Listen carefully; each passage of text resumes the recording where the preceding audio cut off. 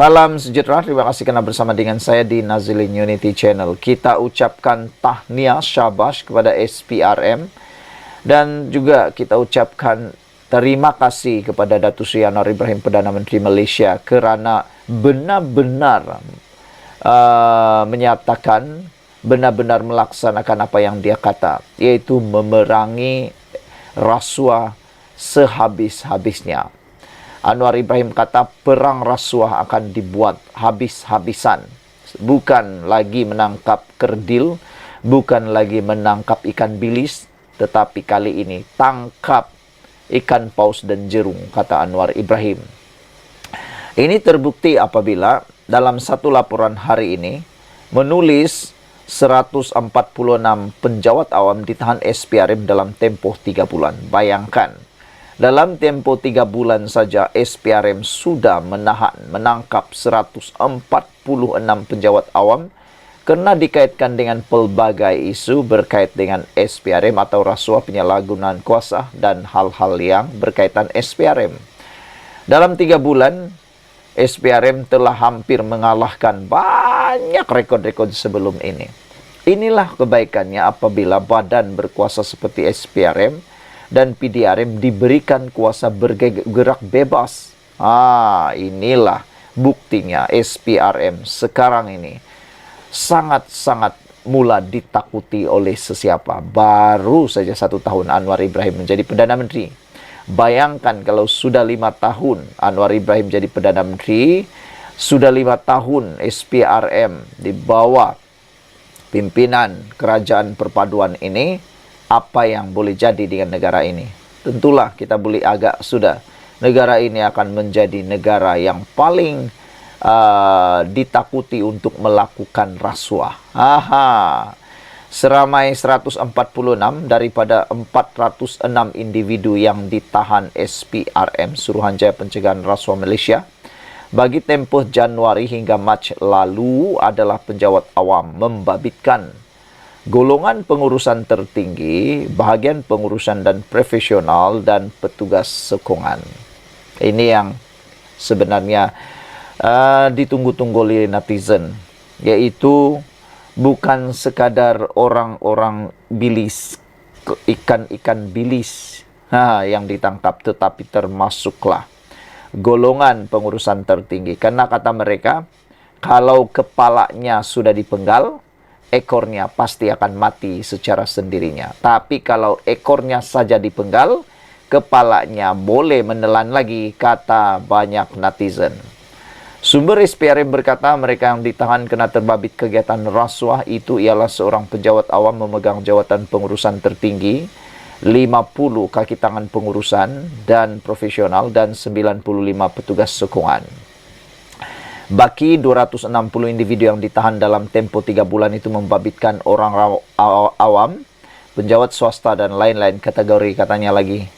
Jumlah keseluruhan 406 individu ditahan SPRM bagi tempoh 3 bulan pertama tahun ini mencatatkan peningkatan berbanding 397 orang dicatat dalam tempoh sama tahun lalu. Bayangkan, ini peningkatan yang sangat baik.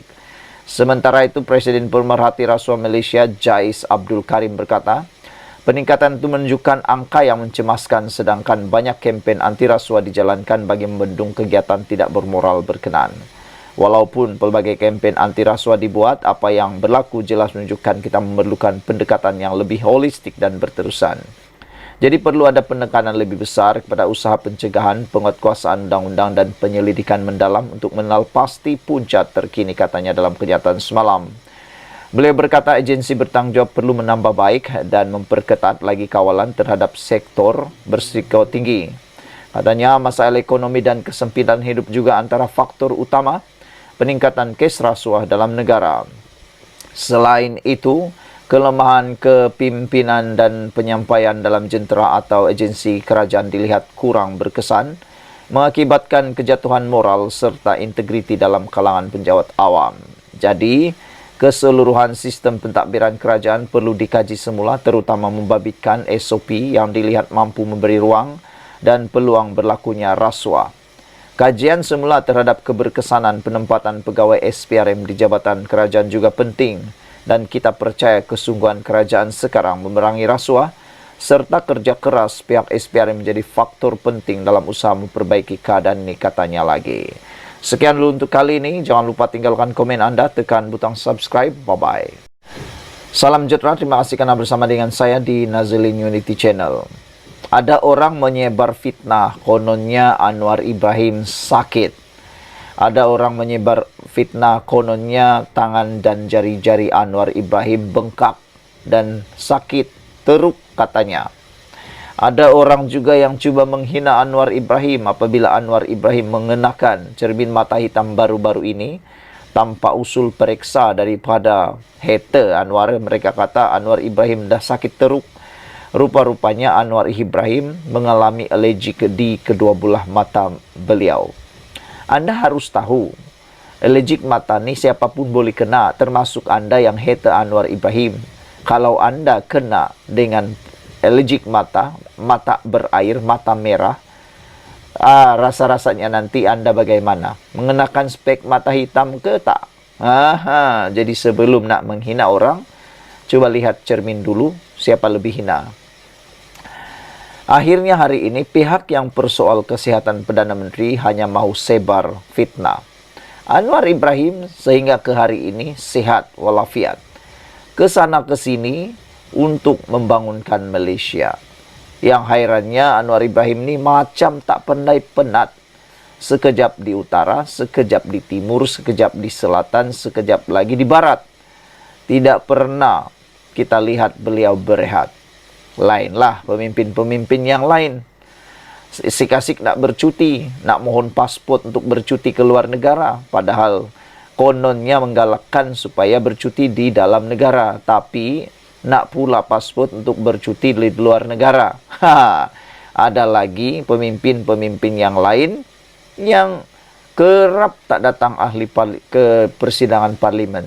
Kerap tak datang. Kita pun tak tahu apa masalahnya. Jangan-jangan kerana ada hal-hal yang lain. Tak apalah kalau memang dah sakit, itu kita redahkan sajalah, terima sajalah. Tapi perbuatan memfitnah Anwar Ibrahim dengan kesihatan yang dipersoalkan ini adalah satu perkara yang betul-betul kita kutuk sekutuk-kutuknya. Tahap kesihatan Perdana Menteri Datuk Seri Anwar Ibrahim yang juga Menteri Kewangan ketika ini berada dalam keadaan baik. Biarpun dipenuhi jadual padat sebagai pemimpin utama negara.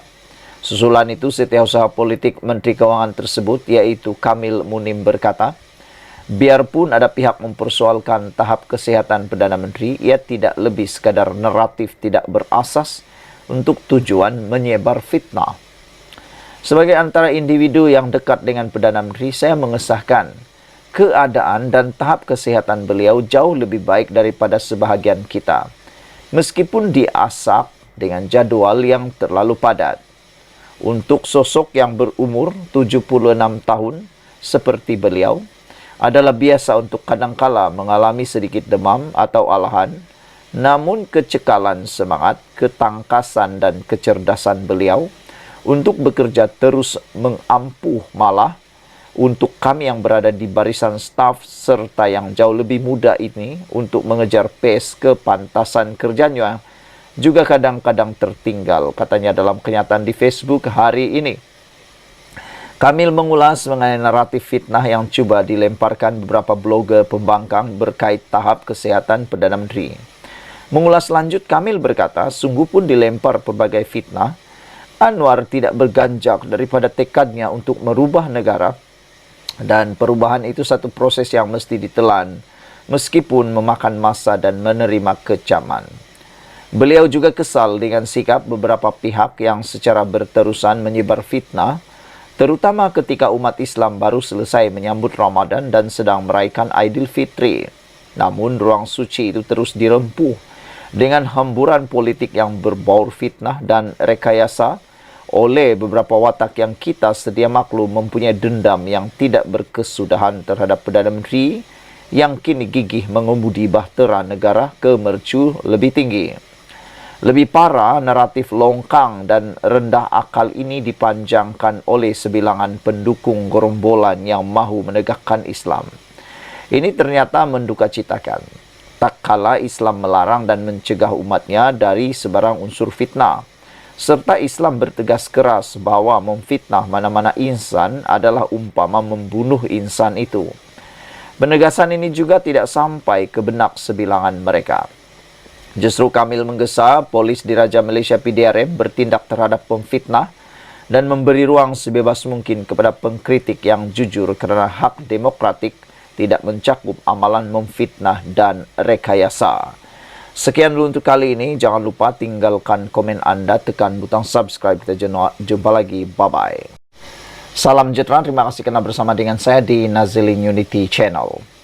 Akmal Saleh disiasat. Bukti kerajaan tak pilih kasih.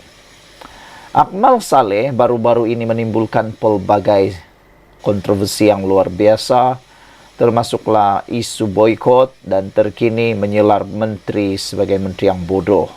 Anwar Ibrahim tidak mahu mengulas dan tidak mahu mengambil pening kepala tentang kenyataan tersebut. Selain daripada itu, ada seorang bekas ahli DAP dan juga bekas timbalan Ketua Menteri Pulau Pinang iaitu P. Ramasamy yang semalam mendakwa kononnya Anwar Ibrahim gagal dalam tugasnya. Tak tahulah kerana apa tiba-tiba P. Ramasamy mahu pula membuat kenyataan-kenyataan seperti ini. Antara lain, Ramasamy menuduh Anwar melakukan pendakwaan terpilih berhubung kes rasuah dan berkata Presiden PKR itu tidak mempunyai keberanian dan wawasan untuk mengawal ahli politik yang degil seperti Ketua Pemuda UMNO Dr. Muhammad Akmal Saleh. Namun demikian, dakwaan P. Ramasamy itu telah pun ditepis oleh ahli parlimen PKR dengan mengatakan bahawa Akmal Saleh sebenarnya sudah disiasat. Siapa kata Akmal Saleh tidak disiasat? Akmal Saleh disiasat oleh polis dan kita tahu semua itu. Itu menunjukkan bahawa kerajaan tak pilih kasih, kata ahli parlimen PKR ini. Jadi mungkinkah perkara itu sengaja dibuat-buat tak tahu atau memang tak tahu oleh P. Ramasamy? Ahli parlimen Petaling Jaya Lee Chian Chung memberitahu Malaysia Kini bahawa siasatan terhadap Akmal berhubung kontroversi kekemat di bawah Akta Hasutan dan Akta Komunikasi dan Multimedia menunjukkan bahawa tindakan sedang diambil.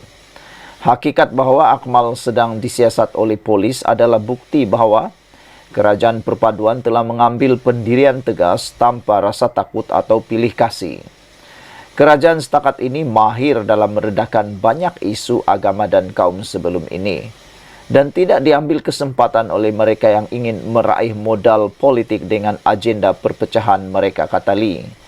Ramasamy yang pernah menjadi pembela tegar Anwar digugurkan oleh DAP dan bertindak balas dengan membentuk URIMAI, sebuah pertubuhan hak asasi kaum India. Baru-baru ini dia berikrar untuk berkempen menentang Pakatan Harapan PH dalam pilihan raya kecil Kuala Kubu Baharu akan datang dan berusaha untuk membina hubungan dengan Gabungan Pembangkang Perikatan Nasional.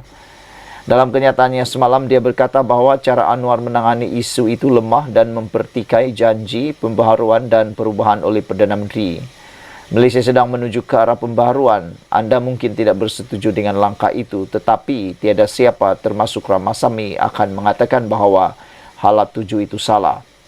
Kerajaan Perpaduan akan terus menyampaikan pakej pembaharuan yang tidak dapat dilakukan oleh blok politik lain, tambah Lee. Sementara itu, ahli parlimen Segamat R. Yunis Gawaran mengakui terdapat sedikit kekecewaan di kalangan penyokong PH berhubung agenda reformasi. Sebahagiannya dia betul bahawa orang mempunyai harapan yang sangat tinggi, katanya. Anwar saja tidak akan dapat menyelesaikannya, tetapi seluruh kabinet perlu berfungsi dan bekerja lebih keras, katanya lagi. Dia juga mencadangkan Ramasamy menyerahkan penghakiman kepada pengundi. Sentimen asas adalah berbeza dan saya fikir kita harus membiarkan rakyat membuat pertimbangan, kata Yunikiswaran. Sekian dulu untuk kali ini. Jangan lupa tinggalkan komen anda, tekan butang subscribe. Bye-bye. Salam sejahtera, terima kasih karena bersama dengan saya di Nazilin Unity Channel. Ini satu lagi pendedahan malang untuk Parti Bersatu dan khususnya untuk presiden mereka yaitu Muhyiddin Yassin. Ini apabila seorang ahli parlimen yaitu ahli parlimen Gua Musang dikatakan mengambil keputusan luar biasa yaitu enggan mengosongkan kerusi. Walaupun semalam dilaporkan bahawa Perikatan Nasional seakan-akan sudah mengangkat bendera putih apabila bersetuju untuk berunding soal peruntukan dengan kerajaan bersama dengan Timbalan Perdana Menteri Malaysia iaitu Fadillah Yusof dengan menyatakan bahawa mereka bersedia dengan apa juga syarat yang diberikan oleh kerajaan perpaduan. Selepas daripada perkara itu, ahli-ahli parlimen ini dijangka, dirasakan oleh beberapa oleh orang netizen mengatakan silap-silap mereka akan menarik sokongan semula dan menyokong semula kembali setia kepada Parti Bersatu kerana telah dapat peruntukan. Namun demikian, apa yang dijangka itu meleset sama sekali. Ini apabila ahli parlimen Gua Musang menyatakan beliau enggan kosongkan kerusi apabila baru-baru ini Razali iaitu pemimpin daripada Parti Bersatu menyatakan keahlian 7 wakil rakyat tergugur secara automatik. Salah seorang daripada mereka sebelum ini telah juga mengatakan bahawa keahlian mereka belum lagi tergugur secara automatik. Kali ini ahli parlimen Gua Musang pula enggan mengosongkan kerusi. Ahli Parlimen Gua Musang, Muhammad Azizi Abu Naim menegaskan beliau tidak akan mengosongkan kerusinya seperti yang didesak Ketua Penerangan Parti Pribumi Bersatu Malaysia, Datuk Razali Idris. Beliau berkata, setakat ini tiada peruntukan undang-undang dan perlembagaan parti yang boleh menjatuhkan atau mengaitkan mereka supaya mengosongkan kerusi. Saudara-saudara sekalian, ada netizen yang berkata bahawa desakan untuk mereka meletakkan jawatan itu atau mengosongkan kerusi adalah desakan terdesak daripada Parti Bersatu. Hal ini kerana menurut netizen dan juga penganalisis politik bebas, mereka menyatakan sokongan kepada Anwar Ibrahim sebelum perlembagaan parti itu diubah ataupun dipindah. Kata mereka, mereka tidak terkena dengan undang-undang itu. Walau bagaimanapun, pindaan perlembagaan Parti Bersatu menyatakan sebaliknya, kata perlembagaan yang baru dipindah itu, mana-mana ahli politik atau ahli Parti Bersatu yang menyokong parti ataupun gabungan yang tidak secara en bloc akan secara automatik tergugur keahlian. Namun demikian, kata ahli parlimen yang telah menyatakan sokongan kepada Anwar Ibrahim, mereka belum dapat notis pemecatan. Apabila itu berlaku, kata beberapa orang penganalisis politik bebas, mereka kata, kalau 6 orang ahli parlimen termasuk seorang adun dari Selangor, kalau mereka dipecat, ada yang mengatakan bahawa mereka tidak akan terkesan oleh undang-undang anti lompat parti kerana mereka bukan lompat parti tapi dipecat. Jadi inilah yang menjadi tanda tanya besar kepada ramai netizen penganalisis politik. Kalau mereka dipecat, mungkin mereka tidak akan kehilangan kerusi. Tapi kalau mereka dinyatakan lompat parti, mereka akan kehilangan kerusi. Dan satu lagi, tentang keahlian 7 wakil rakyat tergugur, kata mereka itu kata Parti Bersatu. Tapi mahkamah belum tentu lagi, kata mereka. Silap-silap hari bulan, kata mereka lagi. Kes ini tak akan selesai sehinggalah PRU 16. Jadi kata mereka, tiadalah yang akan untung. Yang menang jadi abu, yang kalah jadi arang.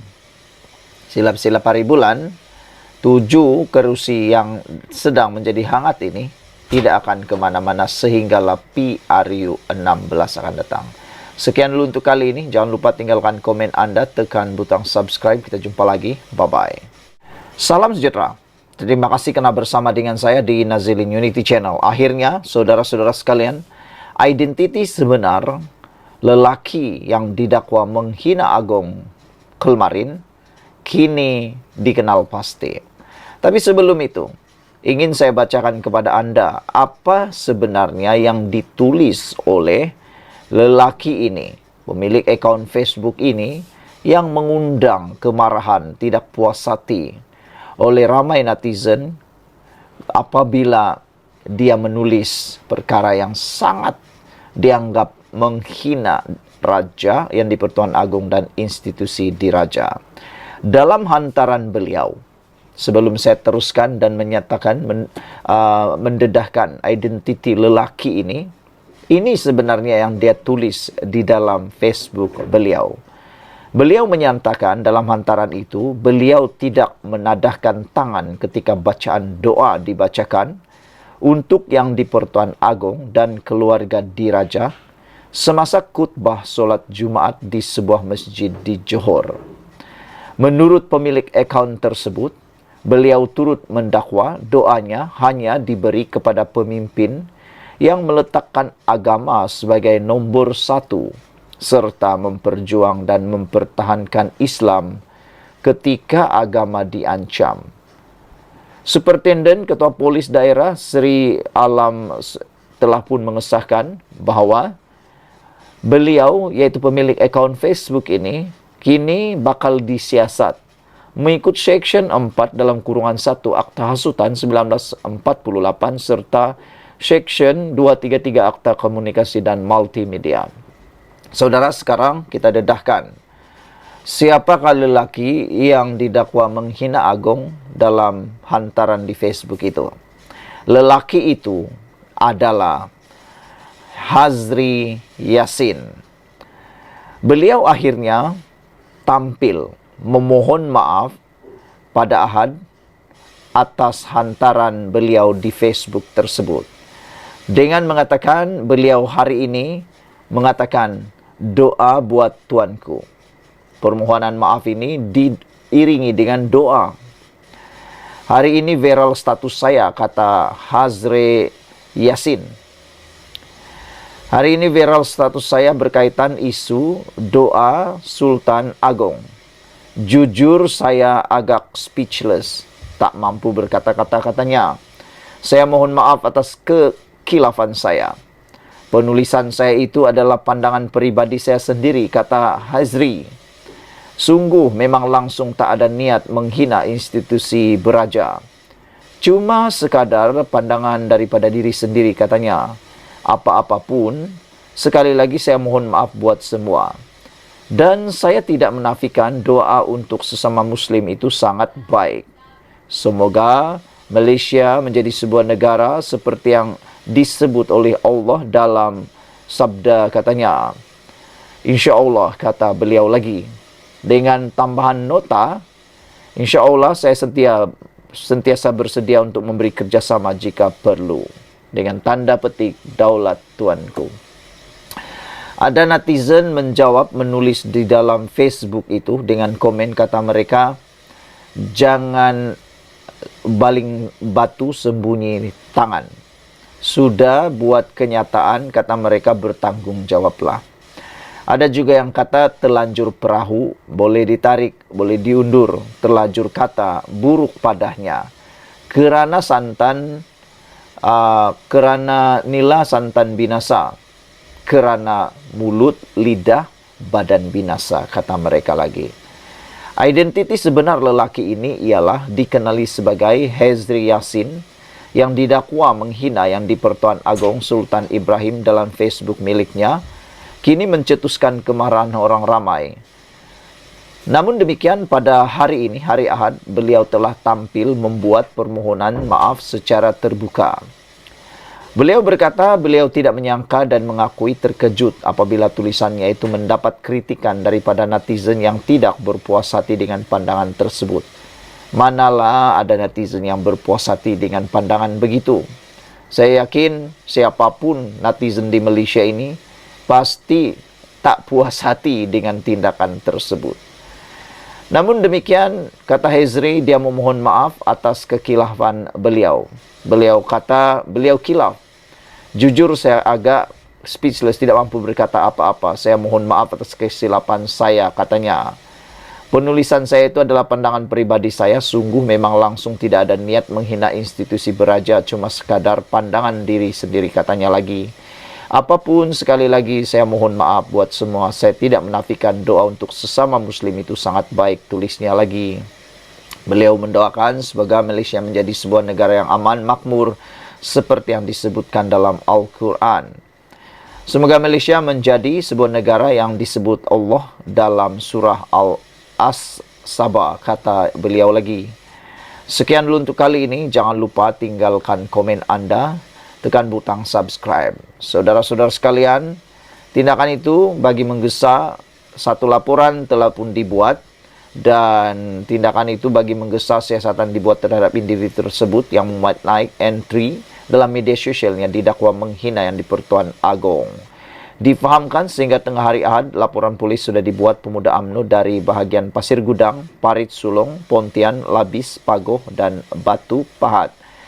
Menurut hantaran yang dibuat, Hezri mendakwa dia enggan menadah tangan ketika doa untuk Yang di-Pertuan Agong dan keluarga semasa solat Jumaat, kerana menurutnya tidak memperjuang dan mempertahan Islam ketika agama itu dikecam. Dakwanya lagi, Yang di-Pertuan Agong membiarkan rakyat Marhain mempertahankan Islam sehingga dikecam, diperli, dan ditertawakan. Sekian dulu untuk kali ini. Jangan lupa tinggalkan komen Anda, tekan butang subscribe. Kita jumpa lagi. Bye-bye. Selamat petang, salam sejahtera. Terima kasih karena bersama dengan saya di Nazlin Unity Channel. Semalam isu paling hangat ialah apabila Akmal Saleh menyelar Menteri Perumahan dan Kerajaan Tempatan, iaitu Engkermeng, dengan selaran Menteri Bodoh. Perkara itu kini menjadi tular, dan perkara itu kini menjadi satu polemik politik yang paling panas dan dijangkakan akan menjadi lebih hangat tidak lama lagi. Ini apabila ada netizen yang mula meramalkan kemungkinan besar DAP tersinggung dengan perkara itu. Dan apa yang menarik perhatian kita ialah Akmal Saleh merupakan ketua pemuda UMNO, dan UMNO adalah sebahagian parti yang terdapat dalam Kerajaan Perpaduan, dan Kerajaan Madani ini dipimpin oleh Anwar Ibrahim. DAP juga ialah ahli dalam Kerajaan Perpaduan ini. Untuk makluman Anda semua, DAP ialah parti yang memiliki kerusi yang cukup besar di dalam Kerajaan Perpaduan pimpinan Anwar Ibrahim. Ada netizen kata, silap-silap hari bulan Anwar Ibrahim sudah berada di dalam keadaan yang disebut di luah mati ibu, ditelan mati ayah.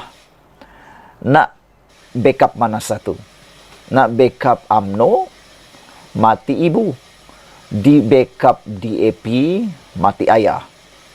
Perkara itu mungkin sekarang ini sedang ligat bermain di fikiran penganalisis politik, dan juga tidak silap kalau kita kata sedang mengganggu pemikiran Perdana Menteri kita. Mengganggu, apa yang mengganggu sekarang ini, mungkin mengganggu juga apa yang difikir oleh Anwar Ibrahim tentang kerajaan ini.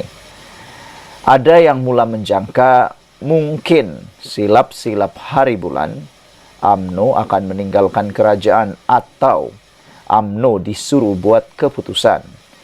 Atau silap-silap hari bulan DAP akan tinggalkan kerajaan. Itu yang dikata tadi.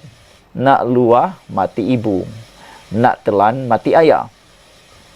Namun demikian, apa yang menggemparkan dan mengejutkan semua pemerhati politik di Malaysia ialah apabila Anwar Ibrahim ditanya atau disoal tentang kenyataan Akmal menggelar Menteri Bodoh. Untuk makluman Anda semua yang memilih Engkermeng sebagai Menteri Kerajaan Perumahan dan Kerajaan Tempatan ialah Anwar Ibrahim. Beliaulah yang memilih berdasarkan kemampuan dan juga berdasarkan realiti bahawa Engku Ruming adalah menteri yang terbaik. Semalam seorang adun telah menyenaraikan pencapaian luar biasa yang telah dicapai oleh Engku Ruming. Namun sehingga kini kita belum dapat melihat lagi sesiapa nak backup Akmal Saleh pula untuk menyenaraikan pencapaian hebat Akmal Saleh di peringkat kebangsaan maupun di peringkat kerajaan tempatan. Hari ini Anwar enggan layan kenyataan Akmal Saleh gelar Menteri Bodoh. Perdana Menteri Anwar Ibrahim berkata dia tidak akan melayan kenyataan Dr. Akmal Saleh selepas Ketua Pemuda UMNO itu menggelar Menteri Perumahan dan Kerajaan Tempatan Engku Ruming sebagai bodoh dan menjadi punca keadaan ekonomi lemah. Kata Anwar, saya tidak melayan kenyataan seperti itu. Pada fikiran saya, ia bukan konteks yang betul bagi kerajaan perpaduan kita. Kita harus bekerja sama, katanya kepada pemberita hari ini. Anwar berkata demikian selepas melancarkan konvensyen antarabangsa Dr. Ambedkar dan sambutan ulang tahun kelahiran Dr. Ambedkar ke-133 yang diadakan di Pusat Konvensyen Ideal IDCC di Shah Alam, Selangor hari ini. Kemarin Akmal menafikan kempen boikot yang dilancarkannya sebagai punca ekonomi negara semakin teruk. Sebaliknya, Akmal berkata keadaan ekonomi menjadi buruk kerana terdapat menteri bodoh seperti Menteri Perumahan dan Kerajaan Tempatan Engku Ruming. Sebelum itu membuat hantaran di X mengatakan bahawa pekerja tempatan menanggung sengsara akibat boikot yang dimainkan oleh pihak tidak bertanggungjawab. Jangan sekali masuk dalam perangkap penghasut. Negara kita memerlukan usaha semua pihak untuk membangunkan ekonomi negara, kata pemimpin DAP itu. Dia turut memuat naik tangkapan skrin daripada laporan media Cina dalam ciapan tersebut. Akmal sebelum ini menggesa orang ramai memboikot kekemat susulan penemuan stoking tertera kalimah Allah di beberapa cawangan kedai serba neka itu. Namun keadaan terus hangat apabila beberapa cawangan kekemat dilempar bom petrol. Selepas itu, Akmal juga mengajak orang ramai memboikot produk keluaran syarikat usahawan kosmetik Alif Sukri kerana mengeluarkan video pendek lagu raya yang didakwa mencemarkan kesucian bulan Ramadan. Pada Selasa lalu, yang di-Pertuan Agong Sultan Ismail berkata berkenan menerima menghadap pemimpin UMNO dan DAP termasuk Akmal sendiri di Istana Negara. Baginda bertitah agar isu itu dihentikan. Saudara-saudara sekalian, kita sebenarnya bersyukur. Kita bersyukur kerana mempunyai seorang Perdana Menteri yang bijaksana seperti Anwar Ibrahim yang tidak menambah api, menambah lagi kepanasan isu tentang gelar Menteri bodoh ini. Silap-silap hari bulan kalau kita ada Perdana Menteri yang lain bukan seperti Anwar Ibrahim, silap-silap bukan bertambah dingin, akan bertambah panas isu ini. Tapi Anwar Ibrahim enggan melayan kenyataan Akmal menggelar Menteri bodoh. Sebenarnya kita bersetuju dengan tindakan Datuk Seri Anwar Ibrahim apabila tidak melayan kenyataan tersebut. Tak usahlah melayan kenyataan-kenyataan seperti itu, kata netizen. Ada netizen kata silap-silap mungkin. Akmal Saleh sekadar nak mencari publicity, kata mereka. Silap-silap hari bulan, Akmal Saleh hanya mahu kelihatan sebagai hero, kata mereka. Namun ada juga yang mengatakan Akmal Saleh diminta supaya lebih tenang dan jangan sembrono berkata, kata mereka. Adab di dalam berucap, adab di dalam menyampaikan satu pandangan, sesungguhnya ada, terutamanya orang yang hidup dalam adab ketimuran. Anwar Ibrahim mengatakan bahawa saya tidak melayan kenyataan seperti itu. Pada pikiran saya, ia bukan konteks yang betul bagi kerajaan perpaduan kita. Kita harus bekerjasama, kata Anwar Ibrahim. Sekian dulu untuk kali ini. Jangan lupa tinggalkan komen Anda, tekan butang subscribe. Bye-bye.